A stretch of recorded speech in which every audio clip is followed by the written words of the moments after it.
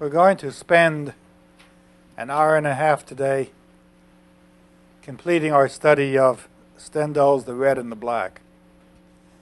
And I'm going to go back to a study of the Greases, by which we look at various phases of the novel and try to discover why it remains compelling to our understanding. We'd like to think, or at least there's a popular idea, that writers are writing to express a moral, or trying to express a view of society they wish society would accept.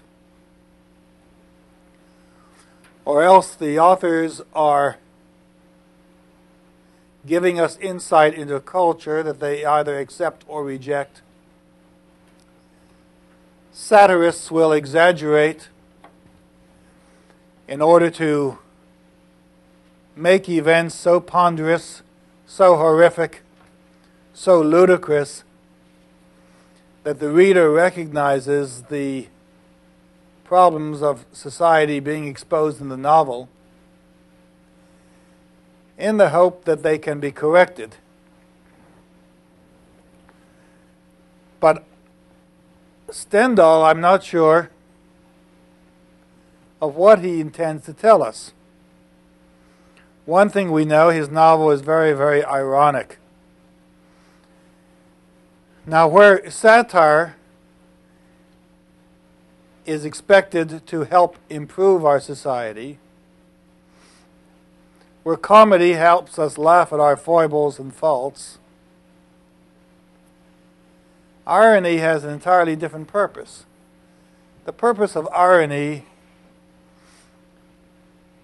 is to imply that something is very wrong, or that something is very distorted and ought to be exposed. But I'm not sure that the ironist expects these points of exposure to be corrected. In fact, if you're studying irony, you're asked to look at a piece of work, understand the point under attack, discover what other possibilities there are for action, and reconstruct in your mind the society that ought to be, which is different from this society. Now, Wayne Booth, in his book, The Rhetoric of Irony, tells us that there are various types of irony. There's covert irony, where you don't really know the author is attacking society, but you know something's wrong. And overt society, where the author very openly tells us something is wrong and helps us understand what needs correcting or what needs changing, even though it may be impossible to happen.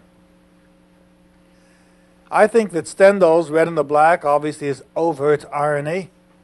You can't turn from one page to the other without seeing it reeking in Stendhal's displeasure with the way the society has been altered, the way the nouveau riche assert their pretensions, the way the priesthood carries out its plots, the way that lovers plot for their selfish interests, their self-interests.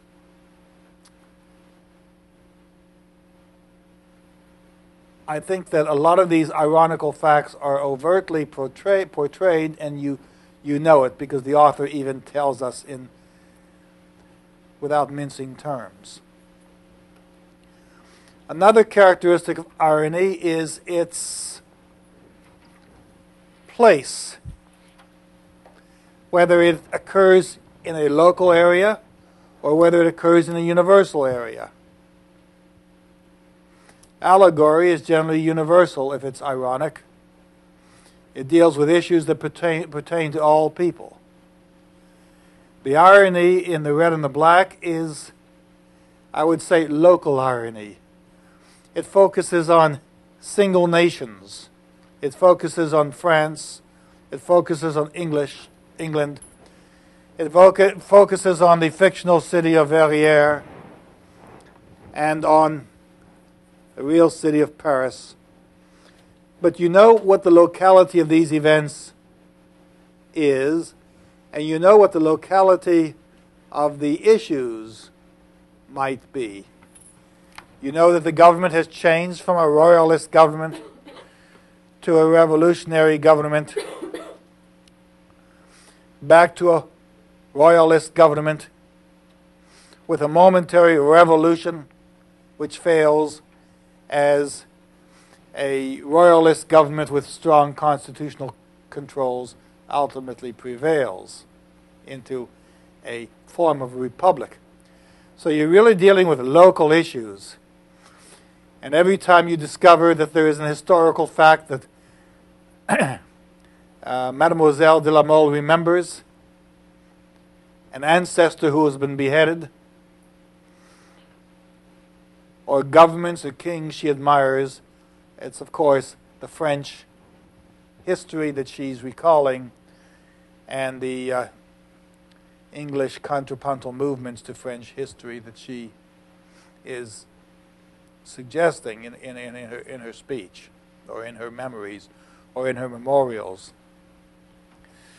The books that Mademoiselle de la Mole reads, which are forbidden, Manon Lescaut, Nouvelle Eloise, these are books which have an international understanding, but basically they're French in origin and pertain to this French society. So you have a local novel, and you have a novel expressing overt irony. And finally, you have a finite novel as opposed to an infinite novel. Infinite meaning that the events can pertain to all events. You pick up Paradise Lost and you speak about heaven and hell. These are infinite properties. Whereas here you're dealing with finite actions. People whose names appear in the newspaper momentarily affect the crowds, attract readership, attract conversation, and then are over. Men who rise to places of ambition and then become too old to prove effective. There are finite situations where the elements of this novel will come to an absolute conclusion. And of course, the discovery that Julien Sorel is going to be executed, guillotined, is finite. The fact that Madame de Renal, no longer or a little longer, not long after Julien's death, herself dies, means again a finite ending. No one has any delusions that Monsieur de Renal has lost his position and will not regain it. So that you have these actions occurring, all of which are ironical. And the irony in the red and the black is overt irony, it's local irony, it's finite irony. You're not dealing here with cosmic issues. In fact, you're dealing with issues probably purposely lacking cosmic detail, purposely lacking infinite detail, purposely lacking allegorical vision, because Stendhal wants to represent the mean-spirited and the politically minded and the self-serving among government officials, among church officials, among landholders. The book, to that extent, ends with a tragic vision. And so much of the 19th century, where there was such hope in the revolutions of Europe, and they continue, and there was hope in the Napoleon Revolution, seemed to have turned back on people, and they're not sure what the future may be. So that I think when you read The Red and the Black, you're looking at an ironic novel, a novel of despair, and a novel that perhaps shows what the world really might be for those who have hope, desire, ambition, but no knowledge of how events are ultimately going to turn out. Well, I'd like to look at, again, some of these episodes. If we look on the pad, we're going to look really at the second half of the novel, since we looked at the first half for the most part. If we can have the monitors tuned on in this studio, it would help the people watching. That was fast and very good. Thank you. We're all on target.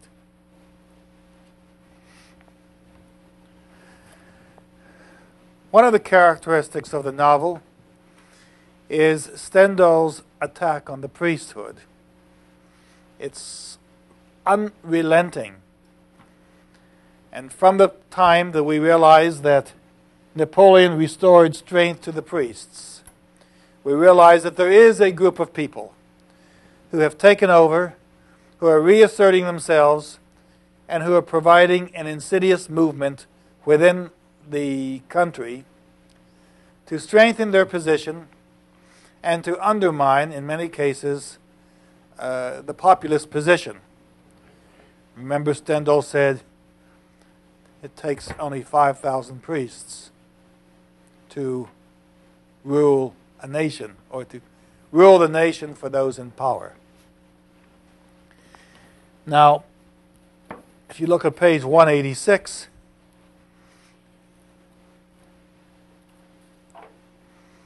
this is the first chapter. We hear the monarchist speaking. He's speaking to Falcoz. Says Falcoz, France never did stand so high among the nations as during the 13 years of Napoleon's rule, of his rule. Then there was a sort of grandeur in everything that men did. This is in the first chapter under Country Pleasures in Book 2. Who drove me off the land? The printer went on wrathfully. The priests whom Napoleon recalled with his concordat, instead of treating them as the state treats doctors, lawyers, and astronomers, instead of recognizing them simply as citizens without inquiring into the business by which they earn their bread. Would there be so many arrogant gentry today, says the printer responding to Falcoz, today if you're Bonaparte hand-created barons and counts. And so you have the antithetical, the opposition, the opposites speaking to each other in this passage, Country Pleasures, the Napoleonists, the anti-Napoleonists, the landholders, the new landholders, the old landholders, the businessmen who feel that the priests should be reined in and who are iconoclastic or at least anti-clerical. The government involves itself in other ways. Look at page 233, the intrigue at the ball. This is the chapter 9 in the second part. Julien Sorel is admitted to a ball, and what he finds there is everyone talking about everyone else. So it really is more or less a judgment call, a judgment being placed on all the people who walk in the room by those who have power, by those who are rich, by those who have land, by those who are rising to power, by those who are trying to suppress others. And the ball becomes really a small world of courtly intrigue as we hear the various people speak. Let's look, for example, turn to page 235. Julian is walking around people, and we have the statement of 235. You see that man, says Altamira. You see that man, he said in an undertone to Julian. He is the Prince of Araceli, ambassador from blank blank. This morning he made an application for my extradition to your foreign minister, Monsieur de Nerval. Look, there he is over there playing whist. Monsieur de Nerval is rather inclined to honor the request. Since my country turned back to you 2 or 3 conspirators in 1816. If I am put in the power of my king, I'll be hanged within 24 hours. So here are people at a ball, adversaries facing each other, one smiling among the guests who has condemned another to death, and the other expecting to escape this snare into which he finds himself now positioned. And it'll be one of these pretty gentlemen with mustaches, he says, who will get his hands on me. The villains, Julian exclaimed in a low voice. Matilda did not miss a syllable of their talk. Her boredom had disappeared. And so what becomes really important to her is how she can get over this ennui. And much of the novel deals with Matilda's ennui, the boredom of others, and the excitement that they look forward to. Look again at the condemnation at the bottom of the page. Not such villains, replied Count Altamira. I spoke of my own case only to make the picture clear. There are a lot of intrigues going on at this ball. Watch the Prince of Araceli. Every few minutes he glances down at his Order of the Golden Fleece. He's never really recovered from the pleasure of seeing that knick-knack on his chest. At bottom, the poor man is nothing but an anachronism. 100 years ago, the fleece was a distinguished decoration. But at that time, it would have been out of our reach. We are giving people honors today who never deserved it and who couldn't have earned it in the past and who have snuck into the playing field by virtue of either an expanded field, an expanded economy, a rising middle class, who whatever reason you might want to give. It's almost as though people would say today, look at all these 233 baseball players making millions of dollars. They wouldn't have done it during Stan Musial's day. They wouldn't have done it during Richie Ashburn's day in the 40s. The Phillies, he's being placed in the Hall of Fame. All these 233 players making a fortune. They wouldn't have held a candle to old-time ball players. And that's what these politicians are saying about those wearing newly found medals, newly minted medals, who could not have gained these medals in the old times, in the aristocratic times, in the times of graciousness, strength, power, honor. Events, by the way, which Stendhal really says never existed. Because he points out to us the fops, the nouveau riche, those who have escaped military action, who now have military positions. I remember that's Julien Sorel himself. Remember when the Monsieur de la Mole, the Marquis de la Mole,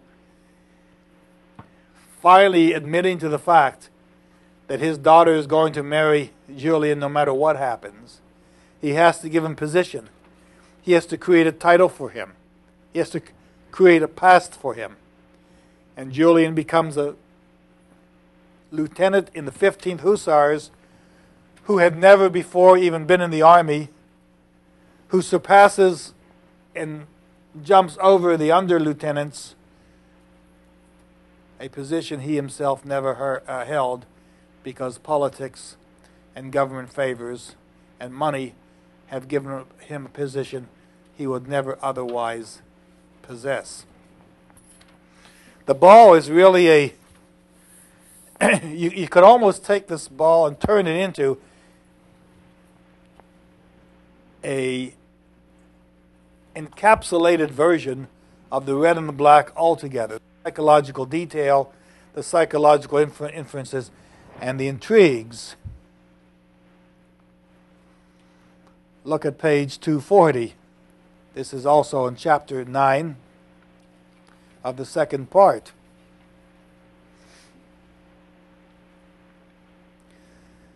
Into the room comes Mademoiselle de la Mole, who comes to the library.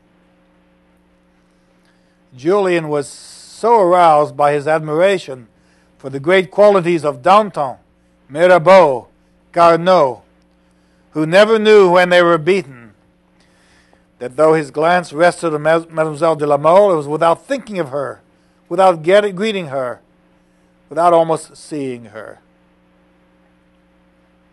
When at length his great staring eyes took note of her presence, the light died in them.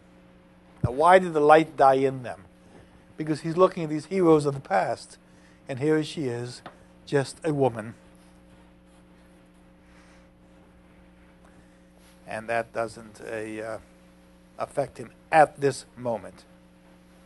As for Matilda on the bottom of that page, we discover she counted for nothing in this young man's life. The smile was intended for her embarrassment, and it succeeded. So that in these particular events, we not only get a cosmic view of court intrigue, but we get a cosmic view of the we get a encapsulated view of the court intrigue.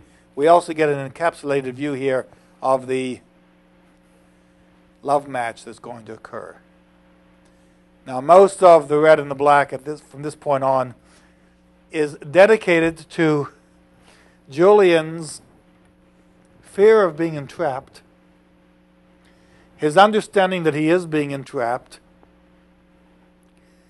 his reluctance to become entrapped, his falling in love, Mademoiselle de la Mole's falling in love, and you really get a very long and extended understanding of the actions of two lovers as the novel proceeds. But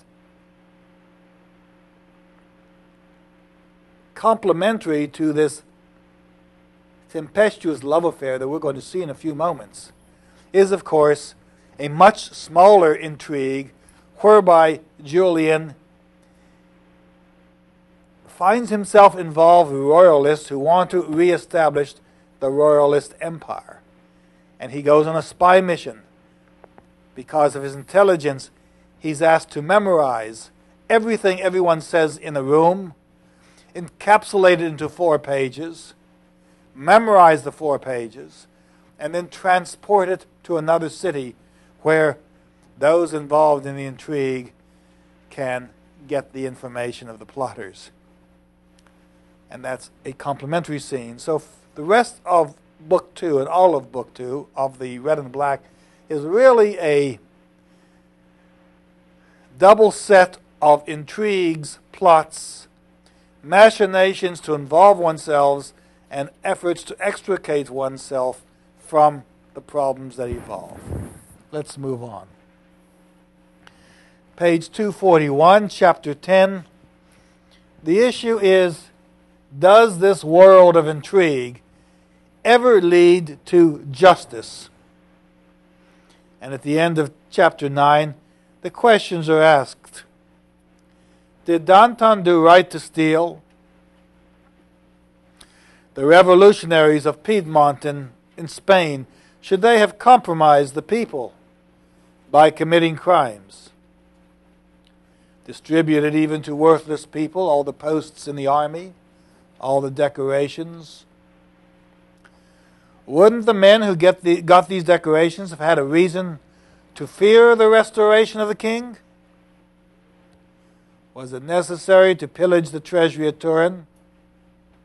In short, mademoiselle, he said, approaching her with a terrible air, shouldn't a man who wants to drive ignorance and crime from the earth pass through it like a whirlwind and do evil blindly? Is this a world of chaos, and do those who want to correct it have to operate in such a way that the end justifies the means? Well, again, this is an ironic perception. Very few people believe, or should believe, if you're operating humanely, that the end justifies the means. The means have to be equally honorable if you're going to reach the ends. When you look at political advertising, you may not believe that. Most political advertising is so simplistic that it suggests that you use whatever means you have to achieve the end you want. But there are some limits, and there are some things you don't do. Let's look at more about government on the chart. We discover on page 243, chapter 10, that there is a history. And it's very interesting that approximately 190 pages before the book ends, Stendhal is already anticipating the ending. And this is an irony, because he recalls a historical fact in the family of the de la Moles. On April 30th, 1574, the handsomest young fellow of his day, Boniface de la Mole, was the adored lover of Queen Margaret of Navarre.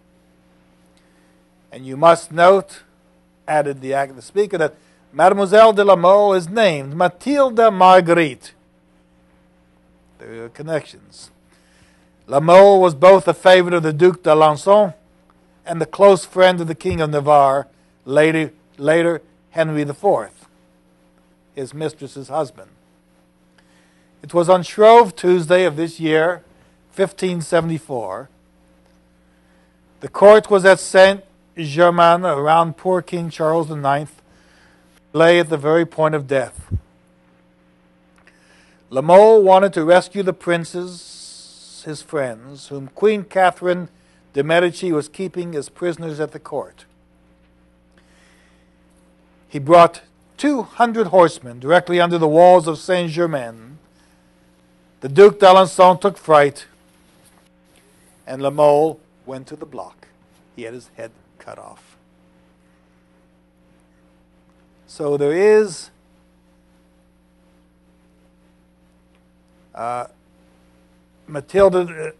Mademoiselle de la Mole, Mathilde, remembers these heroic events. And she also remembers, and this is really very interesting, because she is giving us the heroics of the family, which is an ironic perception of what's going to happen at the end of this book. We discover that in this political tragedy, Stendhal writes, that the Queen Margaret of Navarre, who had concealed herself in a house on the Place de Grève, had the audacity to ask the executioner for her lover's head. And the following night, at the stroke of 12, she took that head in her carriage and went to bury it with her own hands in the chapel standing at the foot of the hill of Montmartre. So the politics, the government, always becomes an integral part of the red and the black. And here we have a lover holding the head, her lover's head, just as at the end of the red and the black, Mathilde asks to hold Julian's head and carries it to the crypt where he's going to be buried in the mountain amidst the peasant villages where he was born. Now, any novelist who constructs a novel is always interested in framing. There are framing devices. You start a novel, you introduce an idea, it's got to have a terminal point. That terminal point may in fact take this idea and move it over in frames. Well, here is the framing device for the red and the black. In chapter 10, We have a 1574 episode of a beheading among the De la Moles, and this is where the novel is going to end. So you have a rather interesting concentration of events, historically based, which give Mathilde de la Mole, the romantic, both a sense of history and a sense of presence. And when she carries that head, she is carrying her past heritage. Now that is ironic to the extent that none of it leads to anything except memories and people dressed in black in memorial. No heroic actions have occurred. No new historical events have been projected. And the world ends as it began, with events that affect people individually, who momentarily feel the weight of the tragedy or the happiness they experience, but without lasting effect. And the novel has this sense of the finite, that events come to a terminus and others will move on from that point. I've already mentioned the political intrigue. Chapters 21, 22, 23, and 24 deal with the political intrigue, where the Marquis de la Mole has Julien Sorel memorize the conversations of the conspirators and has him travel. Again, we move into almost a minor mystery, because Julien Sorel could be poisoned. In fact, he's traveling with Geronimo, the opera singer. They're driving in a stagecoach. They arrive at an inn where there is some thought that Julien Sorel, who is identified as being a spy, is carrying secret papers. Of course, the only thing he's carrying are the secret papers in his brain. He's going to be drugged. He's worried that he's going to be poisoned. And in fact, his partner is poisoned by drinking water with laudanum in it. Laudanum is an opium. Laudanum was used for all kinds of treatments in the 18th century and the 19th century. Those who were undergoing operations would take a dose of laudanum to sap their minds and slow down their thoughts as they were being operated on without anesthetics, without any kind of anesthetic. And we get that episode. It's rather interesting. Let's look at the way Julien finds himself involved in this intrigue. Now the question is it a plot? Is the title of one of the chapters. And the important thing, of course, is to realize that he's always going to be involved in intrigues. He's going to be involved in political intrigues. He's going to be involved in love intrigues. He's going to be involved in intrigues by which he gets himself new and better placement. Let's look quickly at the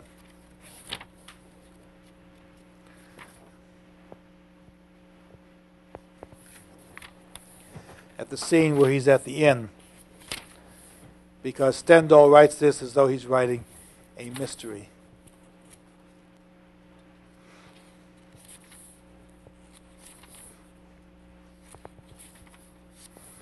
I thought I had it marked here.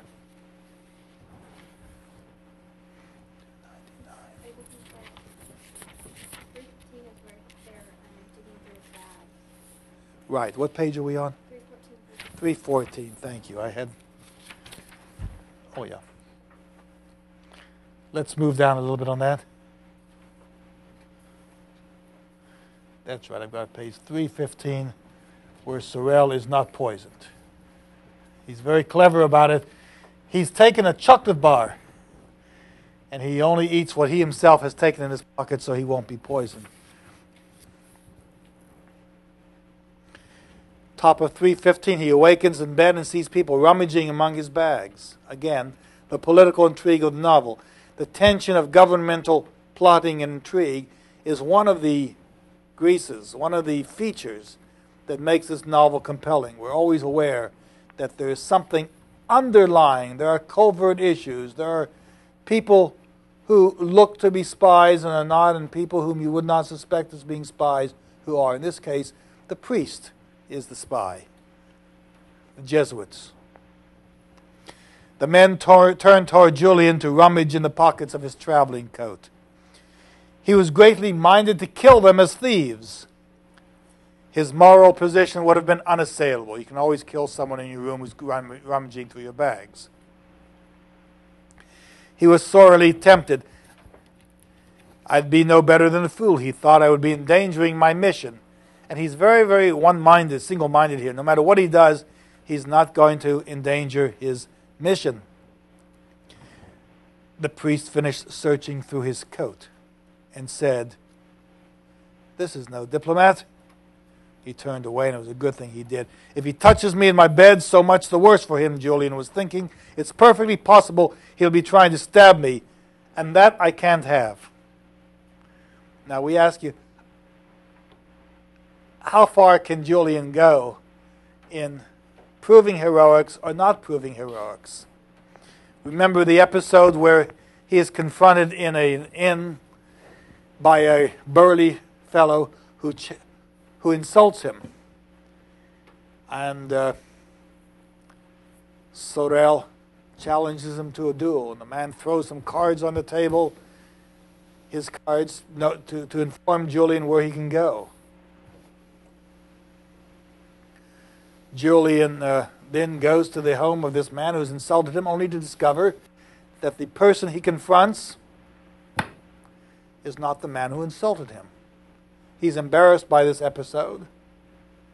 He's ready for a duel. He expects a duel and doesn't get one. No heroics. Then when he leaves, he discovers the stagecoach man, or the carriage driver, is the fellow posing as his master who gave him the cards. Julian pulls the man from the carriage and starts beating him, whereupon the master of the house feels his entourage has been insulted, challenges Julian to a duel, and shoots Julian in the arm. Julian bears this sign of honor, although it's not a sign of honor. It was a foolish event for him to get involved with. It was a point of pride that he thought he would face. The point I'm making, of course, is that Julian, in this case, had the strength, the will, and even the foolish capability to attack those who were rummaging through his bag. But he also had the purposefulness to realize that he had a mission to complete, and if he himself were wounded, or if he were put in jail, or if he were killed, he couldn't fulfill his mission. So we always Dr. Rothman? Yes. I'm sorry to interrupt. I have two questions about this intrigue part. All right. Where are you calling from? This is West Houston. I watch you over television, but I'm here to take the exam, so I'm going to take advantage of this. What is your name? The first question I have is, when he is in the room with the various representatives, with Monsieur de la Mole, and they're all talking and they're all arguing, what exactly, is this just to show you the different factions that were at work at that time, or... I was very confused at that part, and then when he finally condensed the 26 pages down to the 4 pages, I never really understood exactly what the message was that he was memorizing to give to the high priest. We don't get the message. All we know is that he's among people trying to reestablish the royalty, people who are opposed to the Republic, people who are among the landed gentry, people who are going to use any resource they can in order to undermine the government. In the end, the people who are rummaging through the bags represent government officials who suspect him of being a spy and are trying to ferret out those people who are trying to develop a revolution against the government. So we never get what the message is, we never get the details, But we do, in fact, have 3 or 4 pages in which all the issues are spelled out. And we can go back to that and find it. Let me just go back very quickly if I can find that off the top of my head. But there is a chapter in which the issues are spelled out quite clearly, but they're ambiguous. You have to understand who is expressing these issues and who is not. It's in chapter 22, the discussion.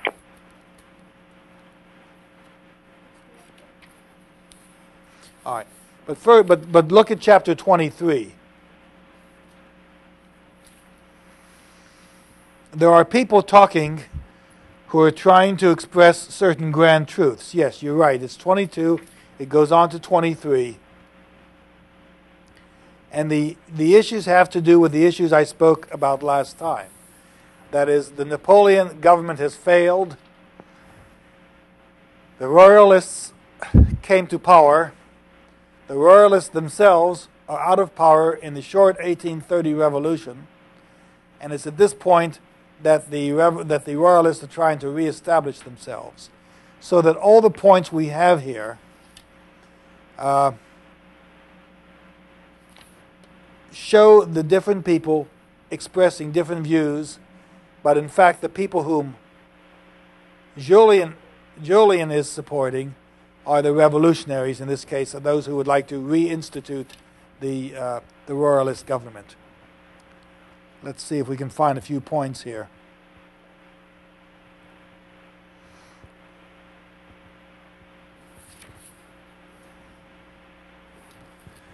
Okay. Page 307. The English, or at least the noble lords, loathe as much as we do the shameful Jacobin. Without English financing, Austria, Russia, and Prussia can hardly fight more than 2 or 3 battles. Now, if your government is not prepared to fight, and you don't have the leadership to fight, and you don't have the willpower to fight, you're weak. Without the Napoleonic pose, without the strength of... So in this case, the issue is that the government is not strong under the present hegemony, under the present rule, and therefore we don't have any government that can stand up when it needs to stand up against foreign powers.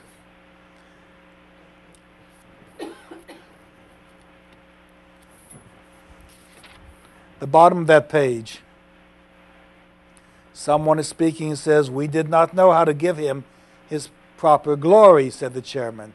"We ought to have made him immortal because he had created an empire."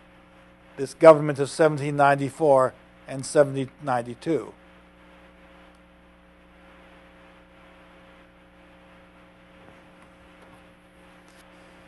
There must, in a word, be 2 parties in France, Monsieur de la Mole resumed. 2 parties, not merely in name, but 2 clear, sharply divided parties. Let us know who has to be crushed.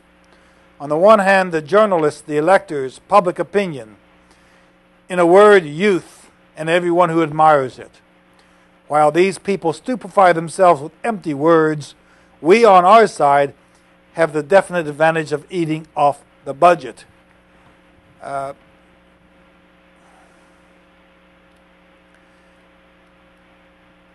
Go down 2 paragraphs. All right, sir, since you forced me to it, I'll take you boldly as an example, like your noble ancestors who followed St. Louis on the crusade. In return for these 120,000 francs, you ought to show us at least a regiment, a company, or if that's too much, just a half a company, just 50 men, ready to fight, and devoted to the good cause, come life, come death. The issues essentially these conspirators to set themselves against a weak government, a non-Napoleonic government, a government incapable of facing the enemies the kings of Europe. And what we have here are plotters, the nouveau riche, who want to retain their position, but feel they have to reassert themselves in overthrowing the government. And this becomes the intrigue whose message Julian Sorel is carrying from one source to the next. Next question. You answered them both. Thank you. Oh, well, good. Let me just notice one other item here that we ought to look at. The top of page 310, chapter 23. England has not a guinea to give us. Economy and humor and fashion there. Not even the saints will contribute money. It's impossible to obtain more than 2 campaigns from the crowned heads of Europe without English gold. There's the necessity of forming an armed party in France, failing which the monarchical principle in Europe cannot be roused even to venture 2 campaigns. So the weakness of the government under the present state, the shifting governments call for intrigues. And what Stendhal is really dealing with are the various types of intrigues taking place. Let's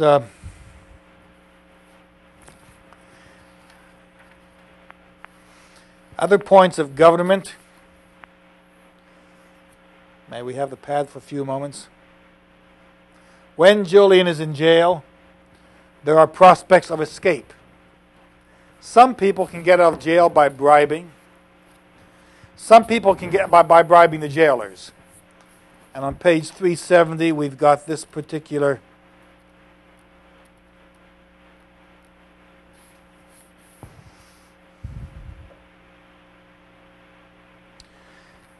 footnote where your author tells you that after Waterloo, the Comte Antoine de la Valette was condemned to the guillotine. The day before the execution, his wife made her way into the prison, changed clothes with her husband, and helped him escape. Consequently, he was not guillotined.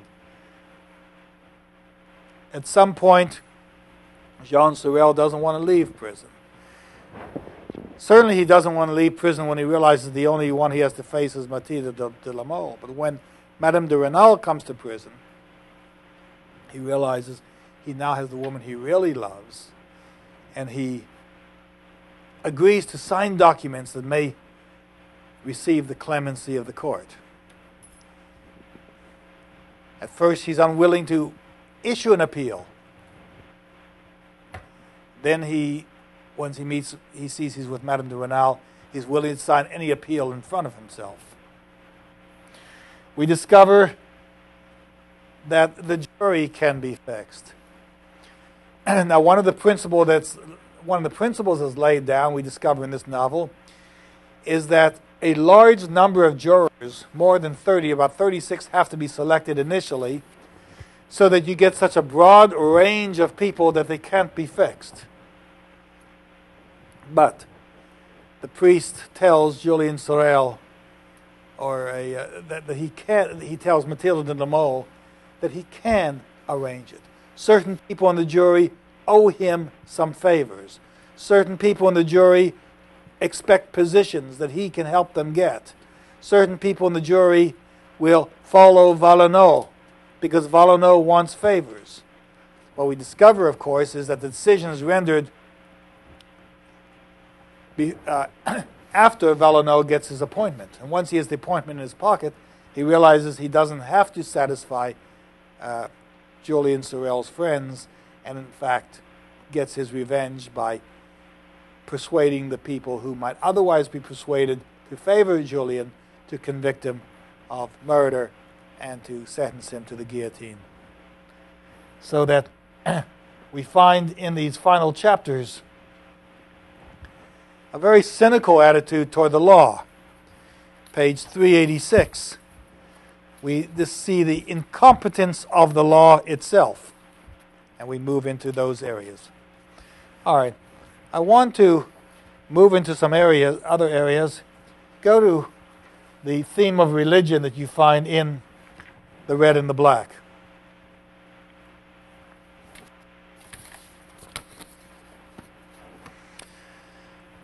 Always we have the church pretensions. The fact that the church officials are supposed to be religious, but they're really looking for their own ends. The shooting in church, of course, premeditated, suggests that Julian doesn't care where he's going to commit these actions. The question is, why didn't he commit them in the garden? Why didn't he commit them someplace else? Why does he come to Verrières and do it in church? But that's all the more spectacular for the story, and all the more reason why he's going to have his head cut off. Pages 365 to 366. At some point, Julian realizes he believes in nothing. But when he discovers that Madame Renal is not dead, we have this comment on the bottom of page 366. What matter the priestly hypocrisies, says Julian. Can they do anything to diminish the truth and sublimity of the idea of God? Only then did Julian begin to repent of the crime he'd committed. By a coincidence that saved him from despair, only at that moment was he relieved of the state of physical irritation and madness in which he had been sunk since he left Paris for Verrières. Page 398 gives us an interesting thing. The Abbé de Frilair is the man who's supposed to help Julian. He's supposed to persuade the jury, or people on the jury, to help save Julian. But Stendhal tells us at page 398 this rather revealing fact. He says,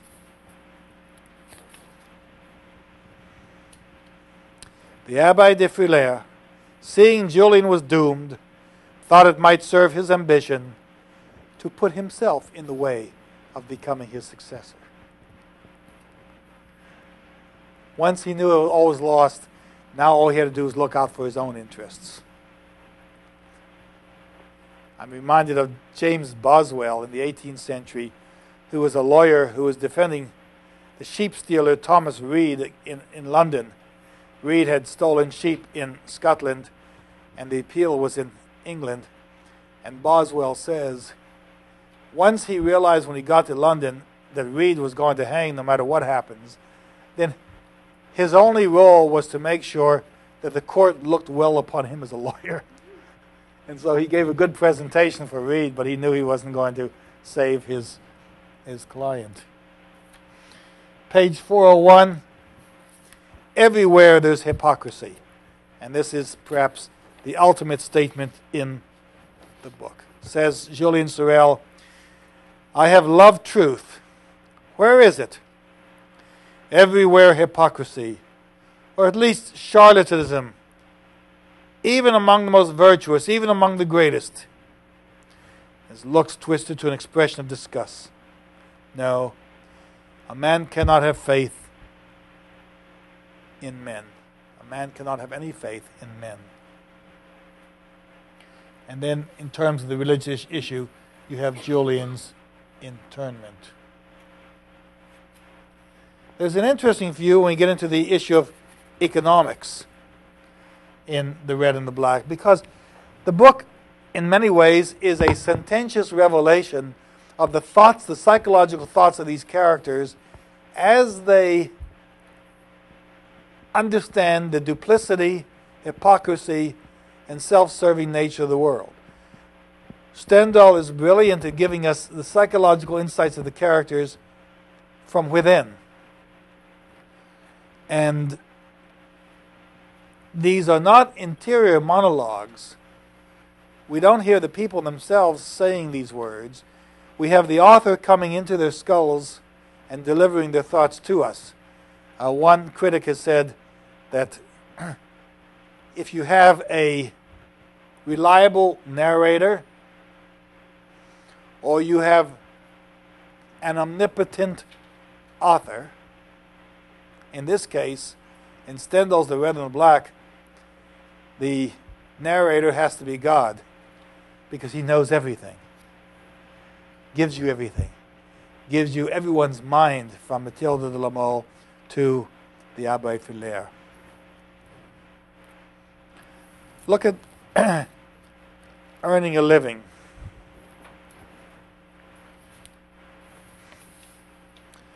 Julien de Sorel compares himself to these people who are fabulously rich and who have earned their money off the government. He says, "That's the main advantage they have over us," thought Julien, left alone in the garden. The history of their ancestors raises them far above vulgar feelings, and they aren't required to be always thinking about making a living. Tell it one more time. The history of their ancestors raises them far above vulgar feelings, and they aren't required to be always thinking about making a living. Now, the fact that they don't have to think always about making a living doesn't make them better politicians, doesn't make them better people, doesn't make them more honorable or more virtuous. What it does, of course, is make them engage in intrigues, show off their hypocrisies, seek ambitious positions for other people, play these power games, engage in these plots, but they don't have to worry about making a living. Some of you will understand what this really means when you win the lottery tomorrow night. Matilda, of course, is the romanticist, or she is the romantic. She reads books that are forbidden. Among them, Manon Lescaut and the Nouvelle Eloise, which almost in some sense, in some circles, are considered pornographic.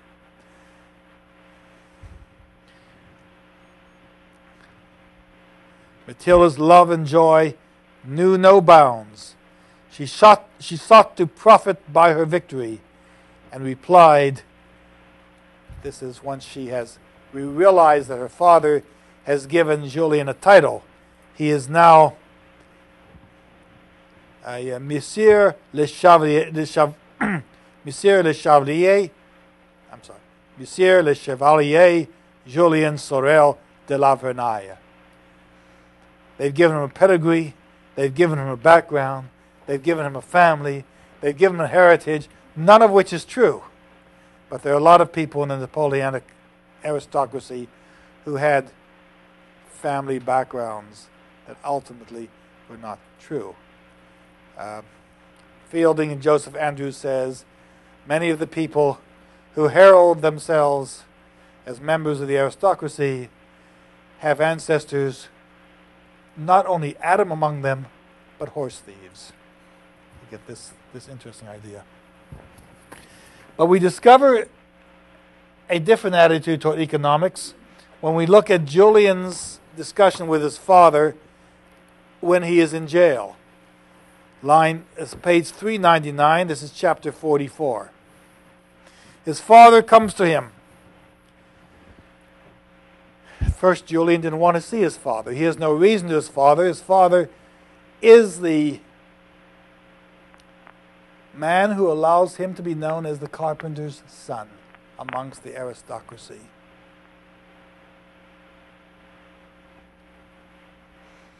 Julien was close to despair. He did not know how to get rid of his father, and to feign well enough to deceive this shrewd old man was at this point quite beyond his powers. His father knows how to make money. He earned some money when he allowed Julien to leave the family initially to work in the home of Monsieur de Renal, the mayor. Julien's mind. His mind ran quickly over the possible expedients. "I have some money saved up," he exclaimed suddenly. This inspired phase immediately changed the expression on the old man's face and Julien's position. "What do you suppose I should do with it?" Julien continued more calmly. The effect he had produced had freed him of all sense of inferiority. The old carpenter was aflame with impatience to lay his hands on the money, a part of which it seemed that Julian wanted to bequeath to his brothers. He talked for a long time and with much animation. Julian was in a position to tease him. Well, the Lord has inspired me to make my will. I will give 1,000 francs to each of my brothers, and the remainder to you. Do you think that satisfies his father? No. His father says, but you've forgotten something. You've forgotten the bills. If you're going to die a Christian, you've got to pay your bills. After all, you still owe me the expense of feeding you and your education. Well, the economic selfishness of the father, his devotion to Julian's money and not to Julian, is part of the economic irony of the novel, where money breeds no happiness, it only breeds deceit, even in the family.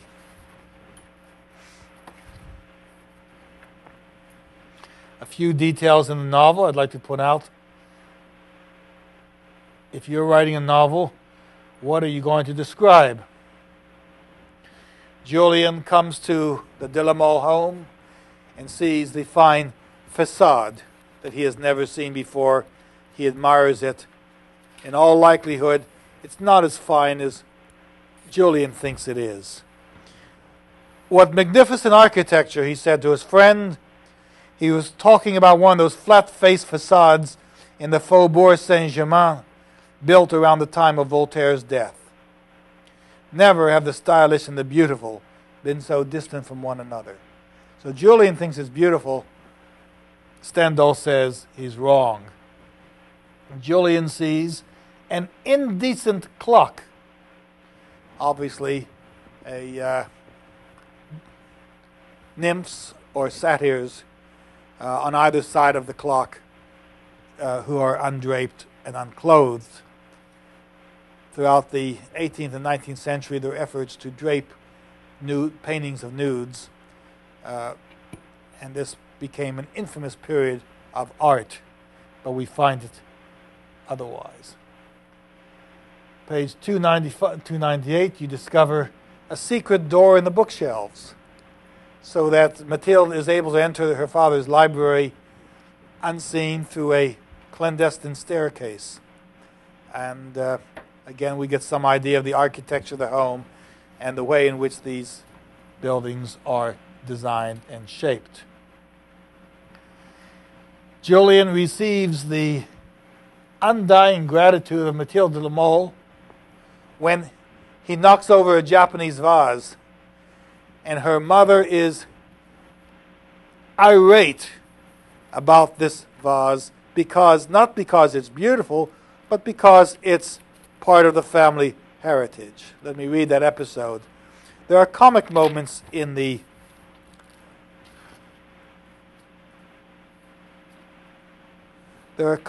moments in the Red and Black that we ought to look at.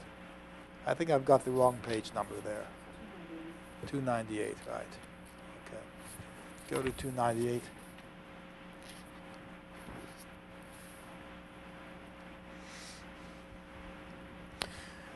That day after lunch, Madame de la Mole requested a seditious and rather rare pamphlet that her parish priest had given her secretly that morning. As he picked it up from a side table, Julian knocked over an old vase of blue porcelain, the most hideous thing there could be. Madame de la Mole rose with a cry of distress and came over to inspect the shattered ruins of her favorite vase. It was an antique from Japan, she said. It came from my great aunt, the Abbess of Chelles. It was a present given by the Dutch to the regent Duke of Orleans, who gave it to his daughter. Mathilde had followed her mother, rejoicing in the ruin of this blue vase, which had always seemed to her horribly ugly. Julian was silent, and by no means only disturbed. He glanced at Mademoiselle de la Mole standing beside him. The vase, he said, is destroyed forever. And so it is with a feeling that once ruled in my heart. I beg you to accept my apologies, and so on and so forth. And of course, this is This is the episode in which they love each other, they don't love each other, they love each other, they don't love each other. And we have that famous statement in which Stendhal says, they knew they loved each other most because they were engaged in hating each other. Other visual scenes we find, 371, the Gothic prison, the prison dungeon, and even the Gothic trial room become objects of art that become visible to Julian Sorel.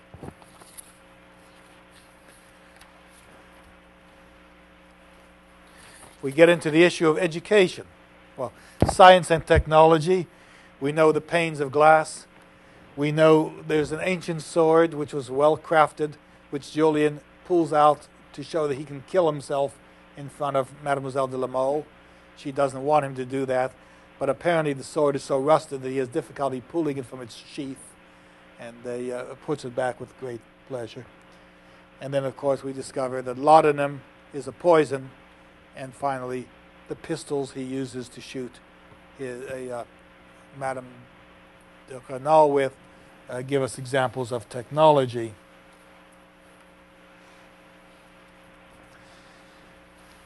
I mentioned last week that in the field of education, one of the big problems is Sorel's misspelling of the word cella, or cella. He spells it with two L's when it should be spelled with one, and that really disappoints Monsieur de la Mole. Other works we find mentioned Daubigny's History, the memoirs of Pierre L'Étoile, whom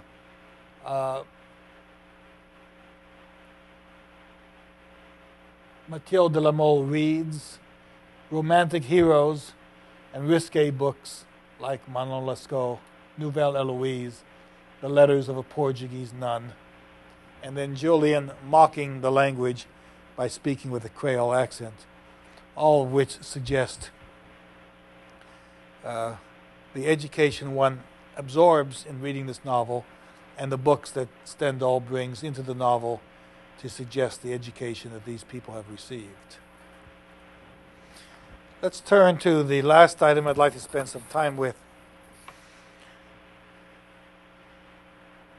When we get into the issue of social behavior, we're really getting into a number of issues. First of all, we have the power brokers, those who are trying to assure themselves of staying in power, or those who are trying to force them out of power. We realize at page 189 what it is to be an aristocrat, what it is to have power, and what it is to have money.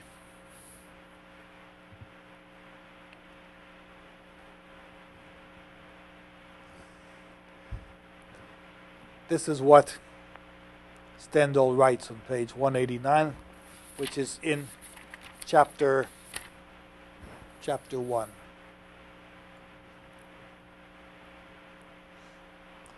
Madame la Marquise de la Mole. She's a big blonde woman, pious, proud, perfectly polite, and wholly insignificant. Now, when you pick up the novels you're going to read later on this course, when you pick up Ida by Gertrude Stein, when you read about Molly in Leaving Cheyenne, when you study Aunt Bess in Hiding Place, you're going to find that the 20th century tries to find that no one is insignificant. So it's wholly ironic to discover that this woman of high aristocratic position is insignificant. She is the daughter of the old Duc de Chaulnes, well known for his aristocratic prejudices. The great lady is a sort of epitome in high relief of everything that makes up the basic character of women of her rank. She herself makes no secret that having had ancestors who went on the Crusades is the only quality that interests her in a person. Money comes far behind that. Does that surprise you? We are no longer in the provinces, my friend. Julian, who has no money, is defended by Mathilde de la Mole in chapter 12.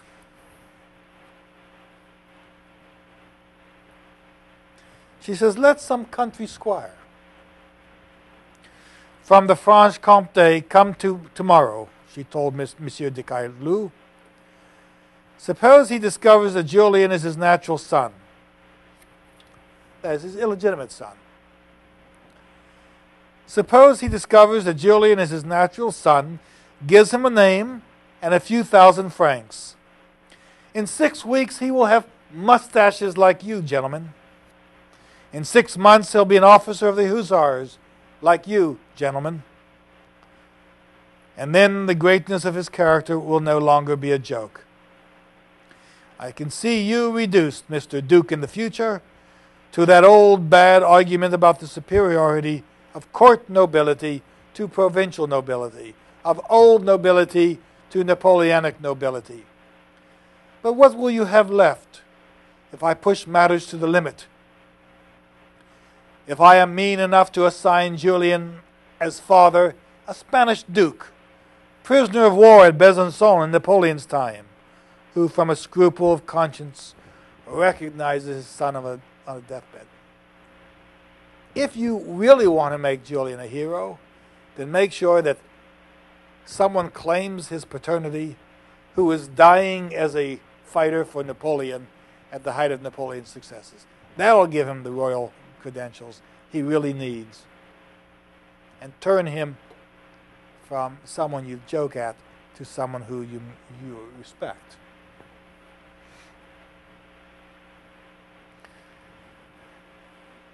Pages 266 to 68 in this